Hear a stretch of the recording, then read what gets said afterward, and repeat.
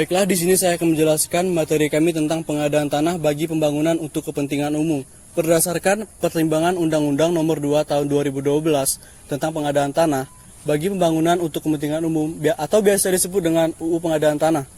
Pengadaan tanah bagi pembangunan untuk kepentingan umum ditujukan untuk menjamin terselenggaranya pembangunan untuk kepentingan umum yang pelaksanaannya dilakukan dengan mengedepankan prinsip kemanusiaan, demokratis, dan adil.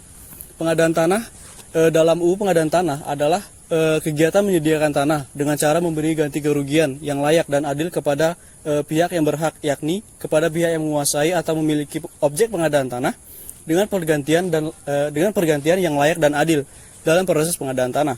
Lebih lanjut dijelaskan bahwa yang dimaksud dengan objek pengadaan tanah adalah tanah, ruang atas tanah, dan bawah tanah, bangunan, tanaman, benda yang berkaitan dengan tanah atau lainnya yang dapat dinilai. Dalam proses pengadaan tanah tersebut, pihak yang berhak wajib melepaskan tanahnya pada saat pelaksanaan pengadaan tanah untuk kepentingan umum setelah pemberian ganti kerugian atau berdasarkan putusan pengadilan yang telah memperoleh kekuatan hukum tetap. Pengadaan tanah untuk kepentingan umum tersebut diselenggarakan sesuai dengan rencana tata ruang wilayah, rencana pembangunan nasional atau daerah, rencana strategis, dan rencana kerja setiap instansi yang memerlukan tanah, dengan melibatkan pengampu kepentingan seperti pemuka adat atau tokoh agama dan pemangku kepentingan, yaitu orang atau pihak yang memiliki kepentingan terhadap objek pelepasan tanah. Seperti halnya pihak yang berhak, pemerintah dan masyarakat. Penyelenggara pengadaan tanah untuk kepentingan umum harus memperhatikan keseimbangan antara kepentingan pembangunan dan kepentingan masyarakat sesuai pasal 2 huruf C UU Pengadaan Tanah, yakni pengadaan tanah tersebut harus memberikan manfaat secara luas, secara seimbang, serta sejalan dengan kepentingan masyarakat itu sendiri, sesuai dengan asas manfaat dan asas keselarasan. Pelaksanaan pengadaan tanah berdasarkan penetapan lokasi pembangunan untuk kepentingan umum yang diumumkan oleh gubernur bersama instansi yang memerlukan tanah. Selanjutnya, instansi tersebut meliputi yang pertama, inventarisasi dan identifikasi penguasaan, pemilikan, penggunaan, dan pemanfaatan tanah. Yang kedua, penilaian ganti kerugian. Yang ketiga, musyawarah penetapan ganti kerugian. Yang keempat, pemberian ganti kerugian. Dan kelima, pelepasan tanah instansi. Setelah diumumkannya penetapan lokasi pembangunan untuk kepentingan umum, pihak yang berhak hanya dapat mengalihkan hak atas tanahnya kepada instansi yang memerlukan tanah melalui lembaga pertanahan. Peralihan tersebut dilakukan dengan cara memberi ganti kerugian yang nilainya ditetapkan saat nilai pengumuman penetapan lokasi. Yang pertama, inventarisasi dan identifikasi. Dalam proses pelaksanaan pengadaan tanah akan dilakukan inventarisasi dan identifikasi penguasaan, pemilikan, penggunaan, dan pemanfaatan tanah yang meliputi kegiatan pengukuran pemetaan bidang per bidang dan pengumpulan data pihak yang berhak berikut objek pengadaan tanah yang kemudian hasil tersebut wajib diumumkan di kantor desa atau kelurahan, kantor kecamatan, dan tempat pengadaan tanah dilakukan. Pengumuman tersebut meliputi subjek hak, luas, letak, dan peta bidang tanah objek pengadaan tanah, termasuk pula pihak yang berhak meliputi nama, alamat, dan pekerjaan pihak yang menguasai atau memiliki tanah. Sementara keterangan mengenai objek pengadaan tanah meliputi letak, luas, status, serta jenis penggunaan dan pemanfaatan tanah. Sekian, terima kasih. Akan dilanjutkan oleh Muhammad Dimas Al-Ghaza. Baiklah, saya akan melanjutkan materi berikutnya, pemberian ganti kerugian. Pemberian ganti kerugian pada prinsipnya harus diserahkan langsung kepada pihak yang berhak atas ganti kerugian.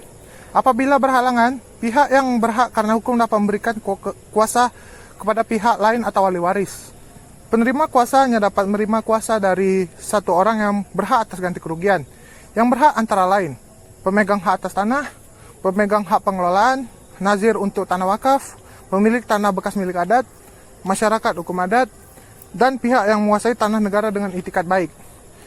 Dalam ketentuannya, ganti kerugian diberikan kepada pemegang hak atas tanah mengacu pada Undang-Undang Nomor 5 Tahun 1960 tentang Peraturan Dasar-Dasar Pokok Agraria. Untuk hak guna bangunan atau hak pakai yang berada di atas tanah yang bukan miliknya, ganti kerugian diberikan kepada pemegang hak guna bangunan atau hak pakai atas bangunan, tanaman atau benda lain yang berkaitan dengan tanah yang dimiliki atau dipunyainya. Sedangkan ganti kerugian atas tanahnya diberikan kepada pemegang hak milik atau hak pengelolaan. Ganti kerugian atas tanah hak wilayah diberikan dalam bentuk tanah pengganti. Permukiman kembali atau bentuk lain yang disepakati oleh masyarakat hukum adat yang bersangkutan. Pihak yang menguasai tanah negara yang dapat diberikan ganti kerugian adalah pemakai tanah negara yang sesuai dengan atau tidak melanggar ketentuan peraturan perundang-undangan. Misalnya bekas pemegang hak yang telah habis jangka waktunya, yang masih menggunakan atau memanfaatkan tanah yang bersangkutan, pihak yang menguasai tanah negara berdasarkan sewa menyewa, atau pihak lain yang menggunakan atau memanfaatkan tanah negara bebas dengan tidak melanggar ketentuan peraturan perundang-undangan. Keberatan terhadap bentuk dan atau besarnya kerugian berdasarkan musyawarah penetapan ganti kerugian. Pengertian keberatan adalah permohonan yang diajukan secara tulis ke pengadilan oleh pihak yang berhak terhadap bentuk dan atau besarnya ganti kerugian berdasarkan musyawarah penetapan ganti kerugian. Keberatan tersebut dapat diajukan oleh pihak yang berhak atau kuasanya yang hadir tetapi menolak hasil musyawarah penetapan ganti kerugian dan atau pihak yang berhak yang tidak hadir dan tidak memberikan kuasa yang menolak hasil musyawarah penetapan ganti kerugian.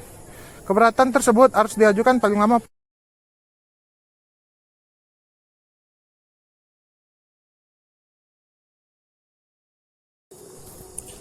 Baiklah, saya akan melanjutkan pembahasan materi selanjutnya. Persyaratan penitipan ganti kerugian. Instansi yang memerlukan tanah dapat mengajukan permohonan penitipan ganti kerugian kepada pengadilan berupa uang dalam mata uang rupiah.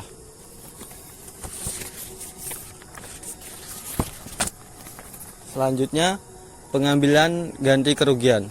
Dalam setiap pengambilan ganti kerugian kepaniteraan pengadilan, panitera membuat berita acara pengambilan uang penitipan ganti kerugian yang ditandatangani oleh pihak yang berhak dan 2 orang saksi. Apabila tim pelaksana pengadaan tanah telah berakhir masa tugasnya, maka surat pengantar diterbitkan oleh Kepala Kantor Wilayah Badan Pertanahan Nasional Provinsi atau Kepala Kantor Pertanahan Kabupaten atau Kota setempat. Dasar hukum. 1. Undang-Undang Nomor 2 Tahun 2012 tentang pengadaan tanah bagi pembangunan untuk kepentingan umum. 2. Peraturan Pemerintahan Nomor 19 Tahun 2021 tentang penyelenggaraan pengadaan tanah bagi pembangunan untuk kepentingan umum. Permasalahan yang sering timbul dari adanya pengadaan tanah bagi pembangunan untuk kepentingan umum adalah lambatnya pemerintah dalam merealisasikan ganti rugi yang telah disepakati kepada warga. Contoh kasus, contoh seperti proyek pembangunan jalan tol Jambi-Betung. Gubernur Jambi Al-Haris dalam keterangan tertulisnya pada Juni 2022 meminta pemerintah pusat segera menyelesaikan ganti rugi ruas jalan tol Jambi-Betung sepanjang 33,96 km yang melintasi 2 kecamatan, 5 desa dan 1 kelurahan di Kabupaten Muaro Jambi. Kemudian ruas jalan tol Jambi Rengat 1 sepanjang 51,75 km yang melintas di Kabupaten Muaro Jambi dan Kabupaten Batanghari, yakni melintasi 3 kecamatan, 7 desa,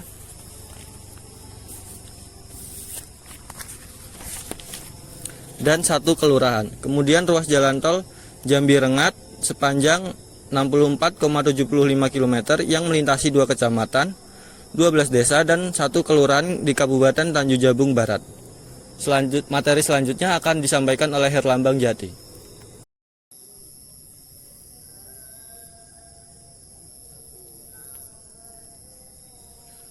Baiklah, selanjutnya saya akan menjelaskan materi yaitu contoh kasus yang terjadi pada pembangunan jalan tol Betung Jambi. Setelah adanya permintaan tersebut, akhirnya pemerintah merealisasikan ganti rugi tersebut pada bulan November 2022. Menurut hasil wawancara oleh reporter berita Detik Sumut dengan Bapak Hadi Purnomo, yaitu salah satu penerima ganti rugi, menyebut ada 1 hektar karet kebun miliknya yang terdampak pembangunan jalan tol. Dari luas tanah itu dia menerima uang sebesar 409 juta rupiah yang rencananya Pak Hadi akan menggunakan uang itu untuk keperluan seperti membangun rumah. Jadi ceritanya itu kan dikumpulkan di kantor desa dalam membahas persoalan jalan tol ini. Kalau nggak salah pembahasan ini sudah sangat lama. sudah beberapa kali pertemuan untuk membahas ganti lahan pembangunan jalan tol ini kan, dan saat itu kebun saya masuk dalam petanya itu, ungkap Bapak Hadi. Proyek jalan tol Betung Jambi ini rencananya akan terrealisasi pada tahun 2024 mendatang. Jalan strategis nasional yang dibangun ini nantinya akan melintasi 3 provinsi di Sumatera, yakni di Jambi, Sumatera Selatan, serta Pekanbaru, Riau. Kala itu, Pak Hadi bercerita saat dirinya bersama 51 warga lainnya dipanggil untuk dikumpulkan dalam pembahasan lokasi jalan tol ini. Seingat Pak Hadi, pertemuan dalam pembahasan pembangunan jalan tol ini sudah hampir berkali-kali sejak tahun 2021 sampai tahun 2022 ini. Ketika itu, Pak Hadi mengatakan jika di tahun 2022 pembebasan proyek tol Betung Jambi ini sudah masuk dalam tahap ganti rugi. Tahap ganti rugi itu dia sudah sebanyak 3 kali dibahas sejak awal Januari 2022 lalu. Di bulan Juni hingga akhirnya di bulan November baru diganti.